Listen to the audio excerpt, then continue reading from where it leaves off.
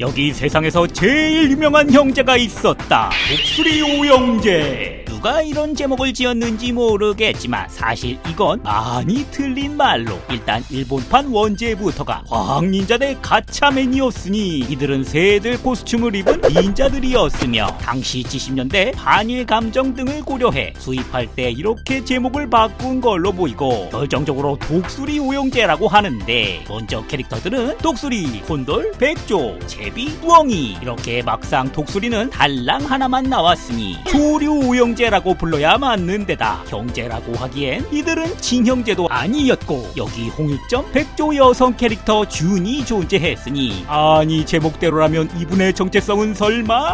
그러니까 사실은 조류 의남매라고 부르는 게 맞다 소리니. 자, 그럼 여기서 캐릭터 소개.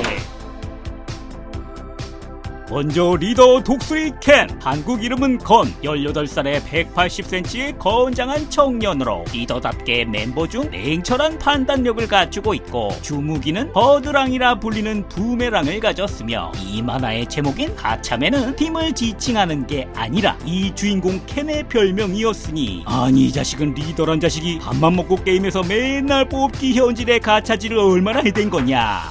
그 가차가 아니고 복자는 영어로 가차 를 후진 일본 발음으로 불러서 예스맨이라는 의미를 가졌다고도 하지만 못 믿겠고, 일본 의성어 중에 쨍그랑을 가창이라고 불렀다는데 그래서 때려 부수는 남자 가차맨이라고 했다더라. 나 또 다른 일본어로 힘내라고 할 때 쓰는 의성어가 까츠였으니 여기에 영어 맨을 합성해서 우리말로 굳이 바꿔보면 영차맨, 힘내라맨 정도 될 수 있을 겁니다. 다음 캐릭터는 콘돌조, 한국판 이름은 혁, 일본계 이탈리아인으로 185cm의 건장한 체격답게 제일 어른스럽지만 내가 너 보라색 좋아할 때부터 위험한 놈일 줄 알았다. 사리 분별력이 떨어지는 즉흥파에 빈정거리는 것도 넘버원. 평상시엔 네이서를 좋아하고 뻑하면 리더 켄하고 대립할 때가 많았는데 알고 보면 대부분이 독수리 오형제가 타는 메인 기체 갓 피닉스에 장착된 주무기 버드 미사일 때문이었으니 이 무기는 발사하려면 리더 켄을 포함 실제적으로 이들을 이끄는 남부 박사의 허가가 떨어져야 했는데 이 버드 미사일 성애자 켄이 허구한 날 갤렉터 군단만 만나면 이 버드 미사일을 발사하려고 해서 맨날 싸우곤 했다는 후문이 있고요. 이 미친놈의 광기를 좀 모아보면 참을 수 없군. 버드 미사일을 머리통에 쳐박아주마. 웃겨. 버드 미사일을 쳐박을 거야. 한 발이면 돼. 부탁한다. 제발 한 발만 쏘게 해줘. 우리에게는 버드 미사일이 있어요. 미사일이 바닥났어. 야 이 개.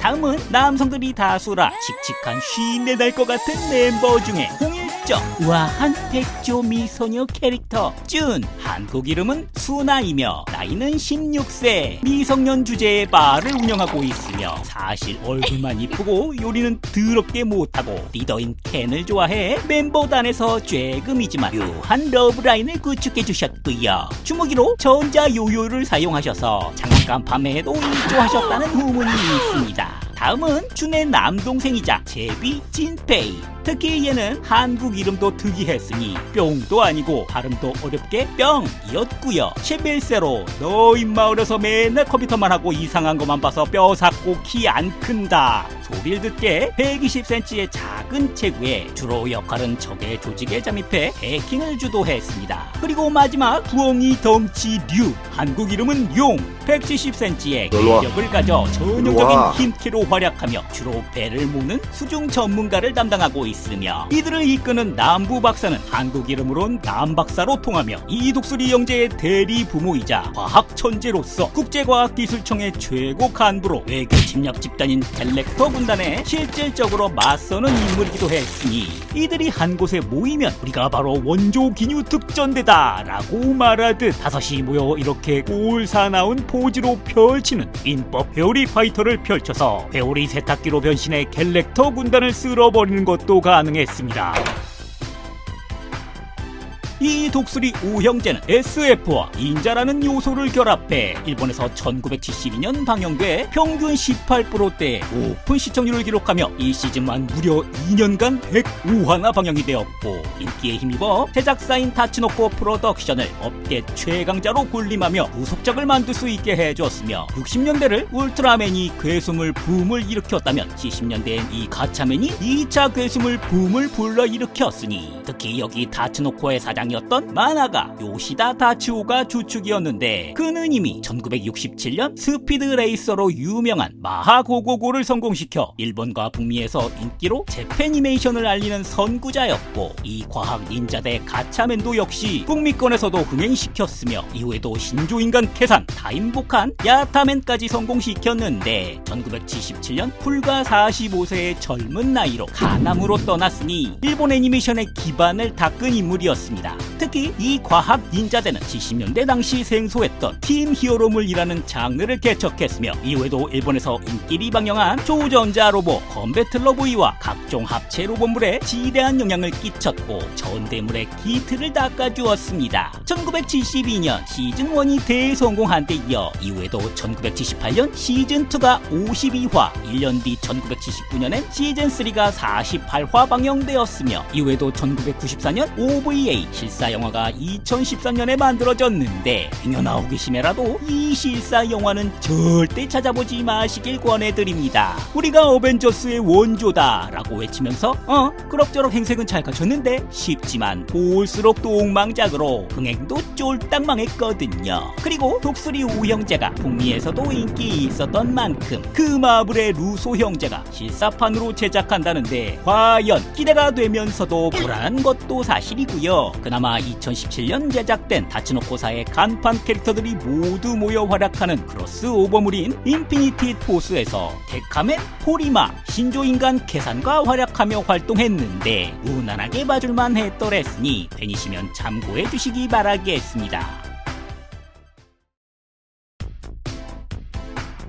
독수리 오형제는 국내에 1979년 10월 지금은 사라진 TBC 동양방송에서 방송됐었으며 바로 이때 TBC 동아부에서 일본 애니메이션 하청으로 작업을 하던 시기니 우리도 하청이지만 제작에 참여했다고 볼 수 있고요. 이후 3부 프로덕션에서 수입돼 비디오로 발매됐고 후에 KBS에서 82년과 90년대 재방영되며 제대로 인기를 얻었으니 특히 원곡을 그대로 번안했던 주제가 슈파슈파슈파로 시작되는 이 노래 슈파 슈파 슈파 루나르 엔진 방학그 닌자 무찔러라 갤렉터도 유명했지만 이거 말고도 90년대 주제가였던 오리지널 주제가로 박형신 작곡 이경영이 노래한 버전도 널리 알려져 있는데 누구냐 그 누구냐 하늘 저편에서 춤을 추는 불사조 저는 특히 일본판 주제가인 가차맨의 노래를 제일 좋아했습니다. 잠깐 들어보면 따라다 따라다 따라다 空の彼方に踊る影命をかけて飛び出せば科学忍法火の鳥だ飛べ飛べ飛べガッチャマン行け行け行けガッチャマン地球は一つ地球は一つガッチャマンガッチャマン엄청 신나죠? 사실 원래 일본 특촬 주제가의 전설로 불린 남자 시문 마사토가 부른 이 노래가 기획 당시엔 메인 주제가였지만 당시 먼저 방영했던 가면라이더 주제가도 이 시몬 마사토가 불렀는데 너무 비슷한 느낌이라 가차맨에서 22화까진 엔딩곡으로만 쓰였다가 가면라이더가 종용했던 시기인 23화부턴 이 가차맨의 노래가 메인 오프닝 주제가로 바뀌어 쭉 활약하게 됩니다. 독수리 오형제의 줄거리는 외계의 지적 생명체였던 총재 X라는 인물이 지구에 도착해 그의 신복인 베르크 카체를 이용해 악의 거대 조직인 갤렉터 군단을 결성, 지구를 정복하려고 거대 괴수들로 공격을 주도했고, 이에 대응해 지구의 남부 박사가 조직한 과학 닌자대 5인조가 메인 메카닉인 갓 피닉스를 조작해 맞서 싸운다는 내용이었는데요. 먼저 이 독수리 오형제는 각자 가차맨의 G에서 딴 G-메카 시리즈 기체를 탔는데, 주인공 독수리 캔은 G1 제트 비행기, 곤돌조는 G2 레이싱카형 고성 머신을 탔으며, 백조 준이 타는 G3는 노란색 바이크형 기체였고, 제비 진페이는 날개와 드릴을 장착한 하이브리드 머신 G4였으며, 부엉이 류는 이 G-메카들을 모두 수용할 수 있는 도킹 머신이자 본체로 G5를 몰았으며, 이들이 모두 모여 합체를 하면 완전체인 갓피닉스가 되었는데, 주력 무기는 버드 미사일이 있었지만 난부 박사의 허가가 없으면 발사할 수 없었고, 이 버드 미사일은 꽤나 비싼 무기로 적립기금으로 매달 2,000엔이 확보되지 않으면 예산 문제로 발사할 수 없었으니, 당시에 놀랍게도 참신하면서 현실성이 반영된 무기였고, 미친 버드 미사일 성애자인 콘돌조가 매번 발사하고 싶어서 환장하는 무기였으며, 위기의 순간엔 필살기로 초고속 전진 불새가 있었으니 피닉스라는 이름답게 불새로 변신해 괴수 로봇에게 막타를 먹이곤 했는데, 원리는 피닉스를 가속시켜 마하 10으로 궤돌해서 마찰열로 1800도쯤 예상되는 오열을 발생시켜 상대방을 관통한다는 건데, 불새로 변신하면 여기 탑승한 대원들은 70G에 달하는 중력을 버텨내야 한다는 무기였고, 인간이 겨우 견딘다는 10G의 중력을 가분히 넘는 수치로 대원들 갈비뼈는 5톤에 달하는 힘에 으스러졌을 거니, 그야말로 난부 박사는 대원들의 안위 따위는 안중에도 고려하지 않는 그야말로 피도 눈물도 없는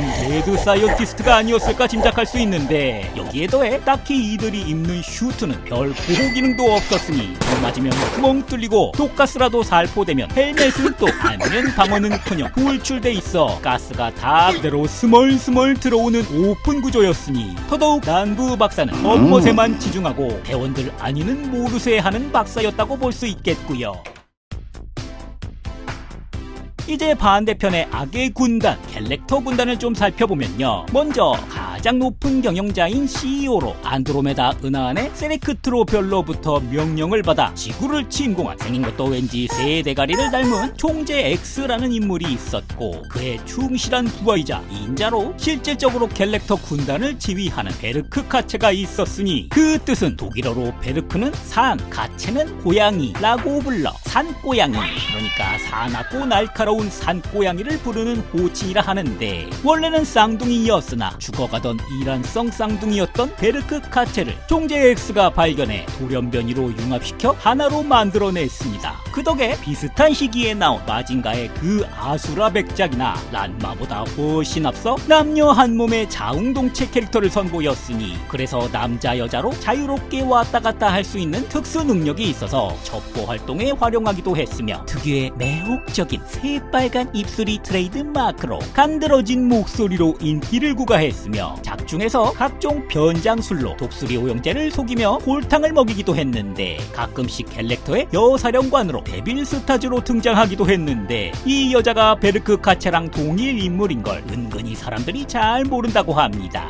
하나 안타까운 건 갤렉터 군단은 지구를 초토화시킨 거대 조직이며, 고대 괴수 메카를 다수 만들어내는 과학력과 기술력, 인력, 그리고 실행력까지 어디 하나 모자른 게 없었고, 조직원들의 철저한 신변 보호를 위해 모두에게 녹색 슈트 직원복을 지급했으며, 복지도 빠방했을 거라 짐작하는데, 왜 고작 5명의 닌자들에게 맨날 절단 났을까요?